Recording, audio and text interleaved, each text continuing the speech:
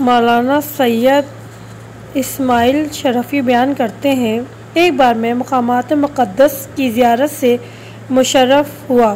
میں حضرت امام حسین علیہ السلام کے حرم مطہر میں زیارت پڑھ رہا تھا کہ چونکہ امام حسین علیہ السلام کے حرم مطہر میں جو بھی دعا مانگی جائے جلد قبول ہو جاتی ہے، لہٰذا میں وہاں پر خدائے رحیم و کریم سے دعا کر رہا تھا کہ مجھے میرے مولا و آقا حضرت امام مہدی علیہ السلام کی زیارت کا شرف عطا فرمائیں۔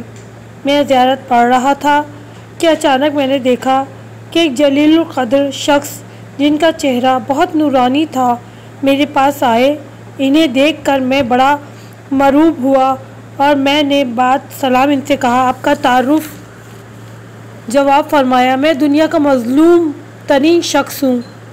اس جملے کا مطلب میری سمجھ میں نہیں آیا اور میں نے دل میں سوچا شاید یہ نجف اشرف کے بزرگ علماء دین میں سے ہیں، چونکہ لوگوں نے ان سے استفادہ اور تقرب حاصل نہیں کیا، لہٰذا یہ خود کو مظلوم سمجھتے ہیں۔ ابھی میں سوچ رہا تھا کہ اچانک میں متوجہ ہوا کہ میرے آس پاس کوئی نہیں ہے۔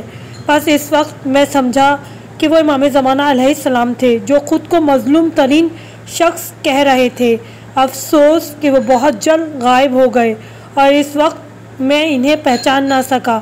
بس دعا کریں بار الہ ہمیں امام زمانہ کی معرفت نصیب ہو۔